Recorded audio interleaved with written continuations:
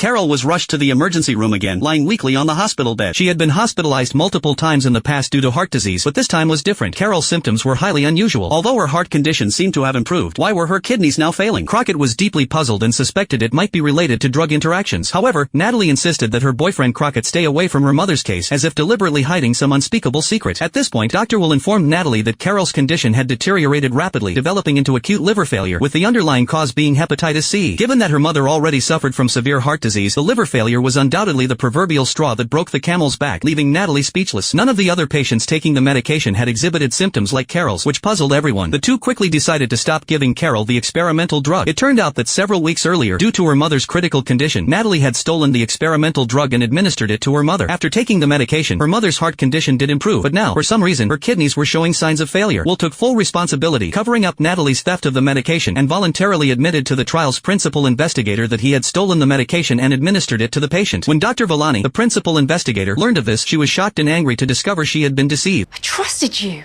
and you betrayed me like this. She scolded Will, accusing him of potentially ruining the entire trial and even jeopardizing his own career. Will didn't care. He only wanted to save Natalie's mother. Natalie was heartbroken over her mother's condition. During this process, she chose to discuss the case with Will, unknowingly drifting apart from her boyfriend. Thank you for everything you did today. This situation enraged her boyfriend Crockett. After work, Crockett bluntly stated that if Natalie wanted to reconcile with Will, she couldn't hide anything from him. Natalie refused the suggestion, but Crockett insisted that they must be hiding something from him. Under pressure, Natalie broke down and finally admitted that she had stolen the medication to treat her mother's illness. Crockett expressed deep sympathy for her and embraced her to comfort her. The crisis between them seemed to be resolved, but how would Natalie's mother's illness be treated?